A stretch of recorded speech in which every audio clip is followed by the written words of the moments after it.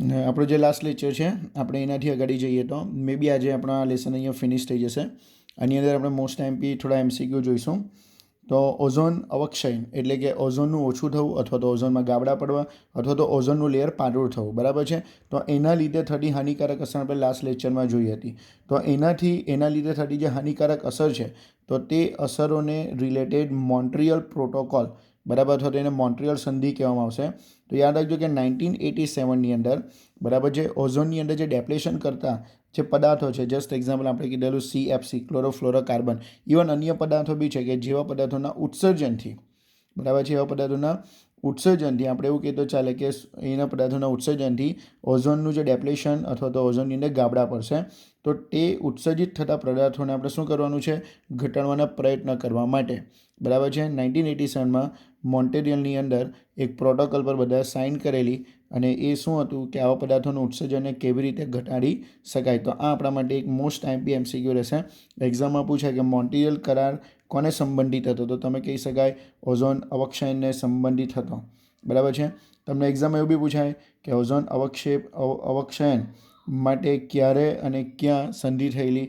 તો મોન્ટ્રિયલમાં અને 1987માં થયેલી. શાના માટે સંધિ થયેલી? તો ઓઝોન અવક્ષયની અસરો ઘટાડવા માટે એના પર અસર કરતા જે ઉત્સર્જન પદાર્થો છે, બરાબર, તેનું પ્રમાણને ઘટાડવા માટે સંધિ થયેલી, બરાબર. તો તમે આવી રીતે આન્સર આપી શકો છો. એના પછીનો આપણો જે નેક્સ્ટ ટોપિક છે સંસાધનોનો અનુચિત ઉપયોગ અને અનુચિત જાળવણી દ્વારા ઔન્નતીકરણ. બરાબર, આપણે આ બધા ટોપિકની અંદર આપણા માટે જે મોસ્ટ એમસીક્યુ છે તેને જ આપણે જોવાના છે. તો જોઈએ તો કુદરતી જે સ્ત્રોતો છે, તો આપણને એવું છે કે કુદરતી સ્ત્રોતોનો નાશ કેવી રીતે થાય? તો આપણે એવું કહીશું કે કુદરતી સ્ત્રોતોનો નાશ પ્રદૂષણના લીધે થાય, બરાબર. તો યાદ રાખજો કે કુદરતી સ્ત્રોતનો નાશ પ્રદૂષણના લીધે તો થાય જ છે, પણ સાથે સાથે એવું પણ કહી શકાય કે આપણે જે કુદરતી સ્ત્રોતનો ઉપયોગ કરીએ છીએ એ કુદરતી સ્ત્રોતનો આપણે કેવો ઉપયોગ કરીએ છીએ? અયોગ્ય ઉપયોગ કરીએ છીએ. અયોગ્ય એટલે તમને ખબર પડી ગઈ હશે કે આપણે પ્રોપર અમાઉન્ટમાં એનો યુઝ નહીં કરતા, જોઈએ એના કરતાં વધારે ઉપયોગ કરીએ છીએ અથવા તો આપણે એની જાળવણી કરતા નથી. તો તેના લીધે પણ આ જે કુદરતી સ્ત્રોતો છે એ શું પામે છે? નાશ પામે છે, બરાબર. જો આગળ જઈએ તો આપણે પહેલું જ પોઈન્ટ જોઈશું જમીનનું ધોવાણ અને રણનું સ્થળીકરણ. એટલે કે જમીનનું ધોવાણ કેવી રીતે થાય અને રણનું સ્થળીકરણ કેવી રીતે થાય? તો આપણે કહે છે કે જમીનનું જે ઉપરનું જે લેયર છે તેને ફળદ્રુપ બનવા માટે સદીઓ લાગી જાય છે, બરાબર છે. એના પર વર્ષોના વર્ષ સુધી માટીના જે કાપો છે એ પથરાતા જશે, ત્યારે જમીનનું ઉપરનું લેયર કેવું બનશે? ફળદ્રુપ બનશે, બરાબર. પણ આપણે તમને કીધું તેમ કે આપણે આ જે કુદરતી સ્ત્રોત છે એની બરાબર પ્રોપર જાળવણી કરતા નથી અને આપણે એના પર વધારે પડતી ખેતી કરીએ, અનિયંત્રિત રીતે ચરણ એટલે કે પશુઓના ચરણ માટે અનિયંત્રિત રીતે એનો ઉપયોગ કરીશું, એના પરથી જંગલો અથવા તો વૃક્ષોને કાપી નાખીશું અથવા તો તેનો ખેતી માટે ઉપયોગ કરતા હોય તો એની સિંચાઈ પદ્ધતિ કેવી હોય?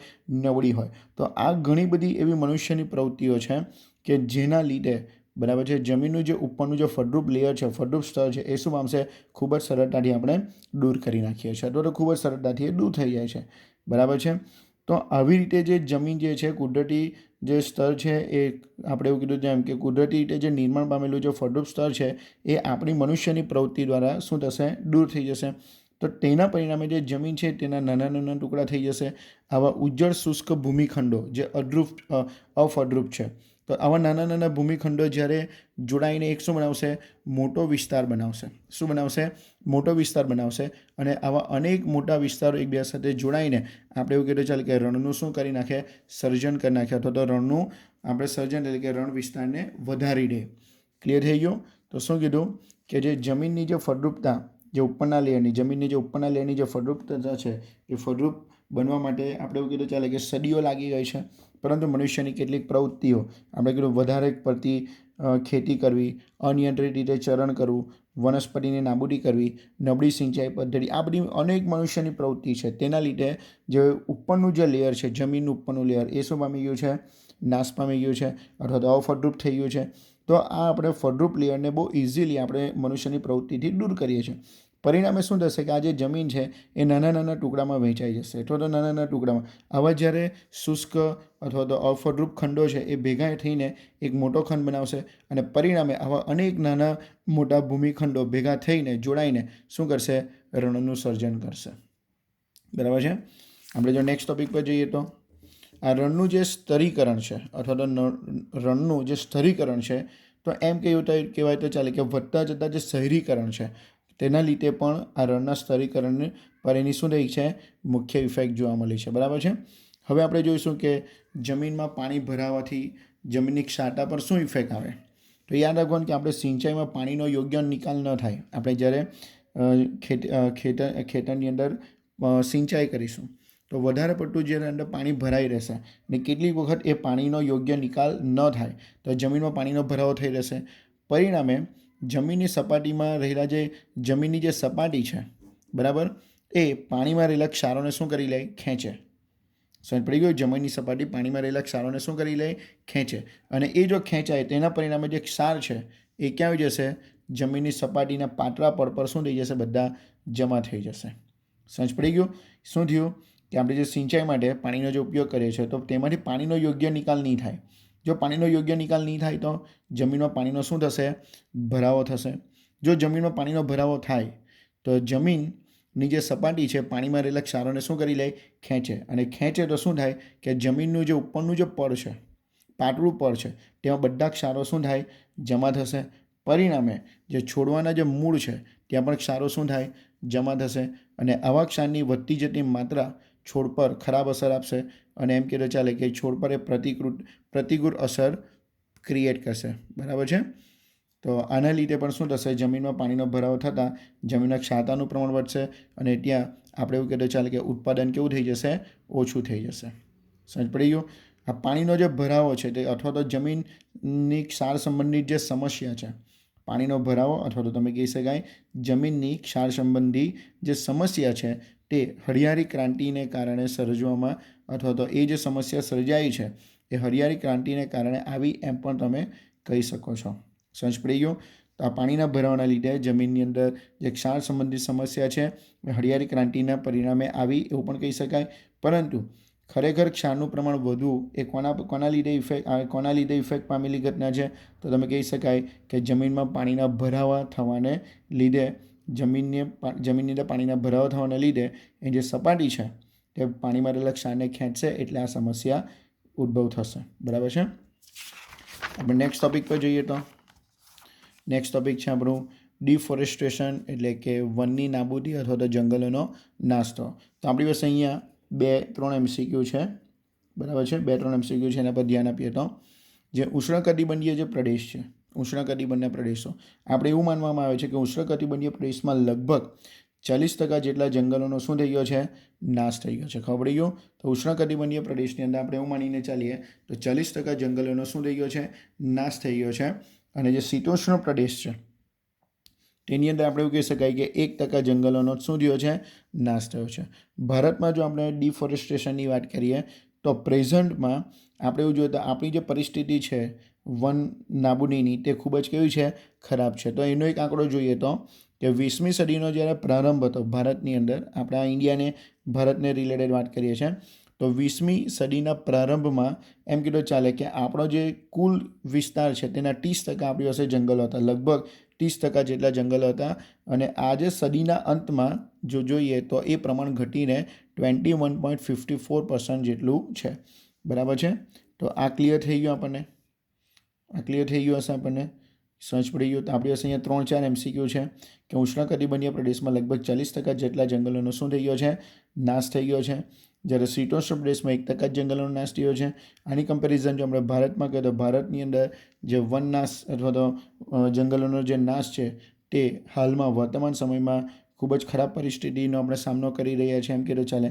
તો આ સદી એટલે કે 20મી સદીના પ્રારંભમાં ભારતની અંદર લગભગ 30% જેટલા જંગલો હતા, જે આજે ઘટીને કેટલા થઈ ગયા છે, 21.54% જ રહી ગયા છે. બરાબર છે.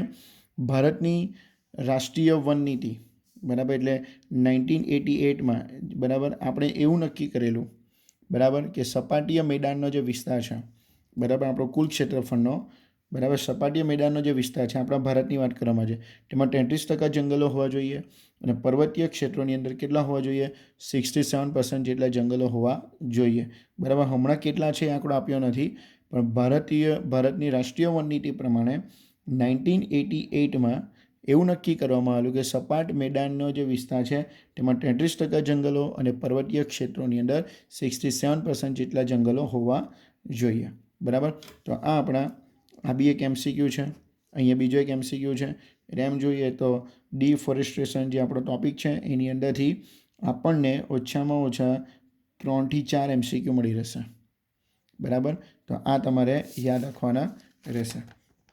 હવે જો આપણે જોઈએ તો બરાબર લેસનના એન્ડ તરફ જોઈએ તો ડિફોરેસ્ટેશનની વાત કરીએ તો આપણે એવું માનીને ચાલીએ કે ડિફોરેસ્ટેશન થવાનું એક જ કારણ છે. ડિફોરેસ્ટેશન થવાનું એક જ કારણ નથી, પણ આપણે એવું માનીએ આપણી પાસે એવા સંખ્યાબંધ માનવ પ્રવૃત્તિઓ છે.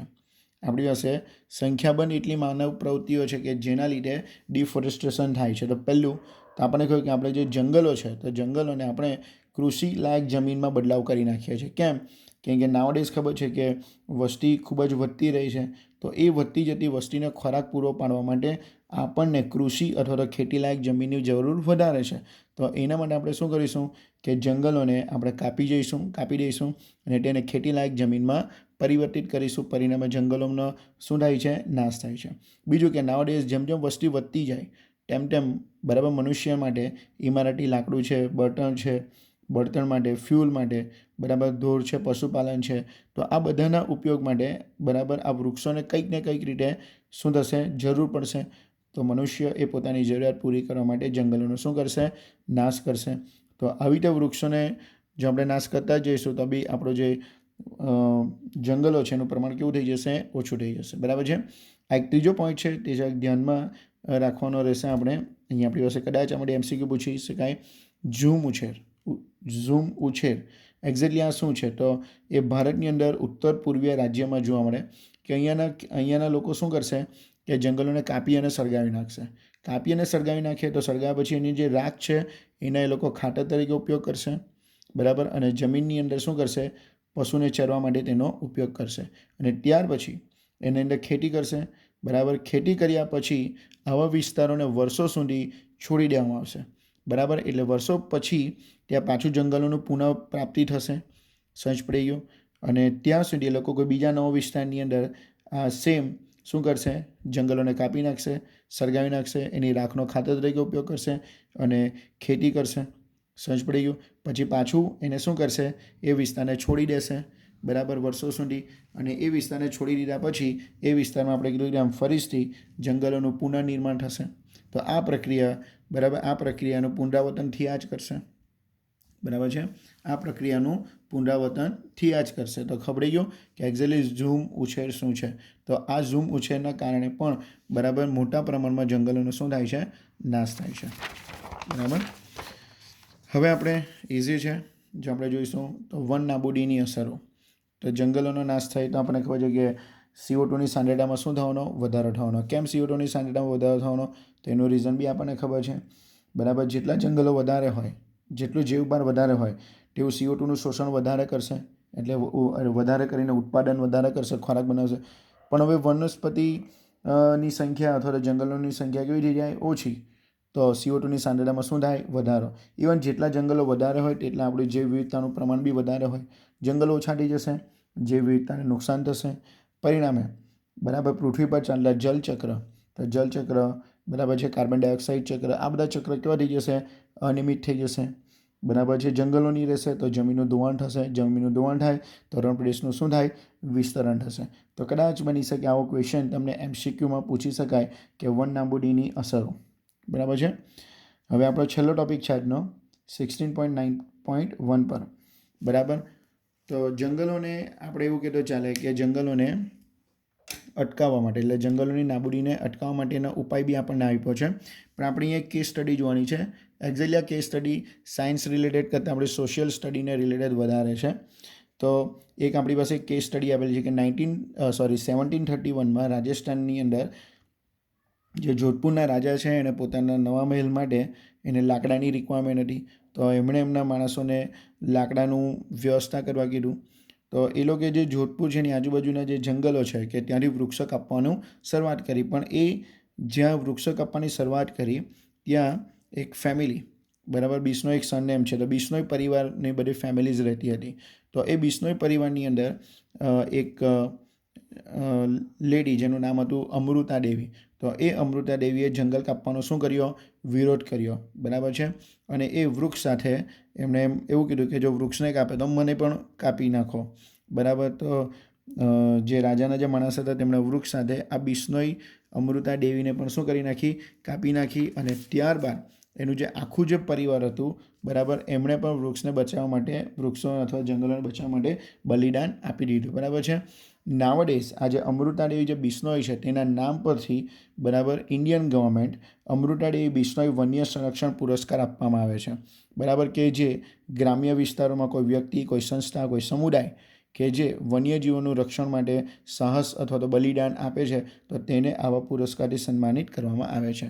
આવો જ એક બીજો કેસ સ્ટડી છે ચિપકો આંદોલન, એ યાદ રાખવાનું 1974, કે જે હિમાલયના ગઢવાલ વિસ્તારની અંદર વૃક્ષની સુરક્ષા કરવા માટે ત્યાંની કેટલીક સ્થાનિક મહિલાઓ દ્વારા વૃક્ષને એમ કીધું ચાલે કે ચોંટી ગઈ અને વૃક્ષોને શું કરવામાં આવ્યું, બચાવવામાં આવ્યું. એટલે એને શું કહેવામાં આવ્યું, ચિપકો આંદોલન. બરાબર. હવે આપણી પાસે એક બીજી એક કેસ સ્ટડી છે કે જેમનાથી આપણે એવું કહી શકાય કે સ્થાનિક સમુદાયની ભાગીદારીથી આપણે વૃક્ષોને શું કરી શકાય, બચાવી શકાય. સ્થાનિક જે સમુદાય છે ત્યાંના તેની જ ભાગીદારીથી આપણે ત્યાંના જંગલોને શું કરી શકાય, બચાવી શકાય. તો એના માટે 1980માં સંયુક્ત વન વ્યવસ્થાપન દ્વારા, એને ઇંગ્લિશમાં કહેવાશે જોઈન્ટ ફોરેસ્ટ મેનેજમેન્ટ.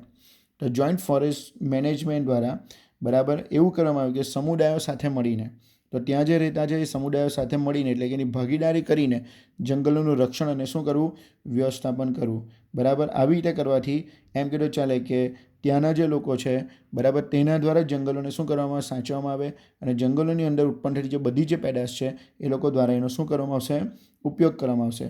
તો આ રીતે એની વ્યવસ્થા કરવાથી એમ કીધું ચાલે કે જંગલોના સંરક્ષણ અને વ્યવસ્થાપન કાર્ય ખૂબ જ સારી રીતે થઈ શકે. બરાબર છે. તો આવું એક 1980માં જોઈન્ટ ફોરેસ્ટ મેનેજમેન્ટ બરાબર છે અપ્લાય કરવામાં આવેલું કે જેનાથી ત્યાં રહેતા લોકો જ જંગલોનું સંરક્ષણ કરે, એનો બચાવ કરે અને તેમાંથી મળતી પ્રોડક્ટનો એ લોકો જ ઉપયોગ કરે. હવે જે આપણે જે લેસન ઓલરેડી જોયા છે તો એ લેસનની અંદર ઓલમોસ્ટ એમ કહેતો ચાલે કે એનસીઆરટી, આપણે જે નીટ લેવલની વાત કરીએ તો નીટ લેવલ માટે પણ એનસીઆરટીની બુક જ આપણે કરવાની રહેશે. પણ કેટલીક બુકની અંદર થોડાક આપણને એક્સ્ટ્રા પોઈન્ટ મળ્યા છે. એ નેક્સ્ટ લેક્ચરની અંદર આપણે લેસન નંબર 13ના તમને એક્સ્ટ્રા પોઈન્ટ મળશે, પછી 14 અને પછી આપણે જે નેક્સ્ટ જેટલા ચલાવ્યા છે લેસન તો તેને રિલેટેડ એમ જોઈએ તો આપણે એનસીઆરટી જ કરવાની છે. પણ આપણે કેટલાક એક્સ્ટ્રા પોઈન્ટ આપણી પાસે જુદી જુદી બુકમાં મળ્યા છે તો તેને આપણે વિડીયો લેક્ચરમાં જોઈશું.